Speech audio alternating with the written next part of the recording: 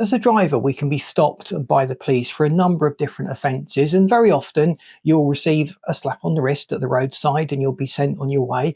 On other occasions, you may well be issued with penalty points and issued a fine. But there are some more serious offences that we can do as a driver that will result in our arrest. In this video, we're just going to look at these typical offences that will result in a roadside arrest rather than penalty points or a future court appearance.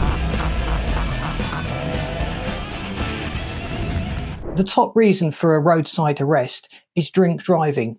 We need to know that our blood alcohol level is sufficient to allow us to drive. Now, in England, we have a slightly higher rate than we have in Scotland, but we still have a situation where heavy drinking the night before can still render us over the legal limit the following morning.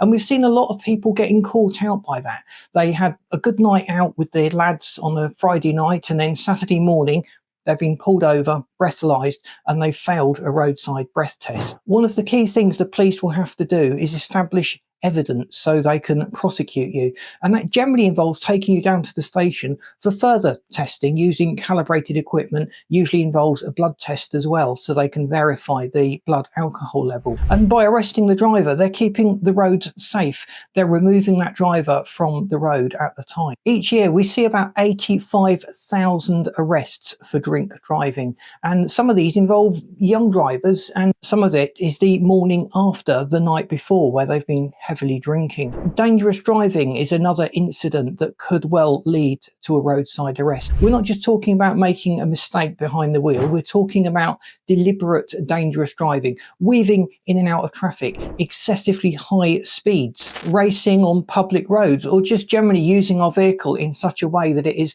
a nuisance and danger to other road users, whether they're in cars or they're pedestrians. And we could be looking at a driving ban and potentially a couple of years in prison as a result of a dangerous driving conviction. And that'll also make getting future insurance very difficult and very expensive. It's one of those, along with the drink drive, that insurance companies take a very dim view of. UK law requires a driver to give their details and report an incident within 24 hours of it happening.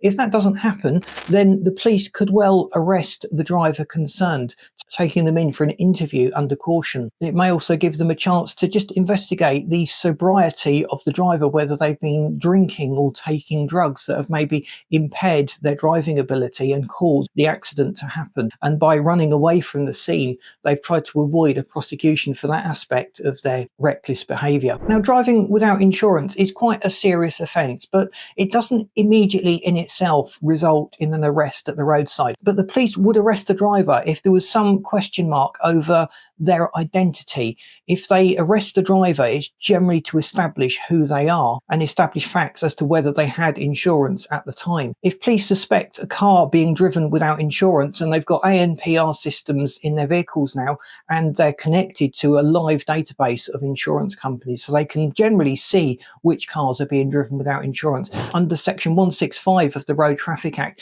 they have powers to seize the vehicle that is being driven without insurance. It's a sad fact, though, that over 1 million uninsured vehicles are on our roads at any one time here in the UK. Please take a very dim view of driving while you're banned, because it shows a flagrant disrespect of the law, and they are there to uphold the law, and that will usually result in an arrest. It generally also leads to a prison sentence and an extension on the driving ban. And whatever the circumstances, the courts generally take the view that this is a defiance of the court order. It wasn't a mistake, or it wasn't a necessity. A driving ban is quite strictly enforced here in the UK by the police. If we've caused an accident that has resulted in a serious injury or even a death, we will generally be arrested. That will enable police to interview us under caution to collect all of the evidence surrounding that incident so they can fully investigate it, and it allows them an opportunity to properly establish our identity and determine whether we were impaired through health,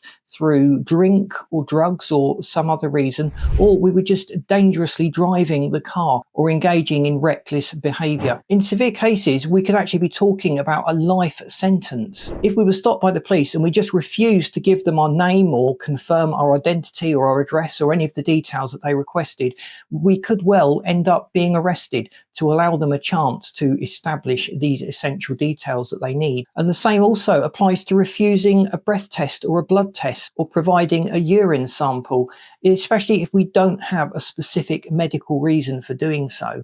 Generally then, if we don't cooperate with the police, they will probably throw the book at us, in that we'll be arrested, and they'll make it quite inconvenient for us until they get the facts that they actually need, or they establish what has actually gone on. When a vehicle is stolen, that generally results in an immediate arrest if you are caught driving a stolen vehicle. Now, that rarely happens. There doesn't seem to be the coverage of the police, and I know people who've had their cars stolen, and it's been very, very slow to see any sort of progress other than the issue of a crime report number. The arrest will always focus on the criminal act that's tied to the vehicle that is being driven. So it may have been stolen, it may have been cloned, and it may just be driven without the owner's consent, which isn't technically the same as a stolen vehicle, but in the eyes of the law, it carries the same weight, the same penalties, and can lead to the arrest of the driver. So arrest is not about punishing the driver at the roadside. It's enabling the police then to perform their duties, to establish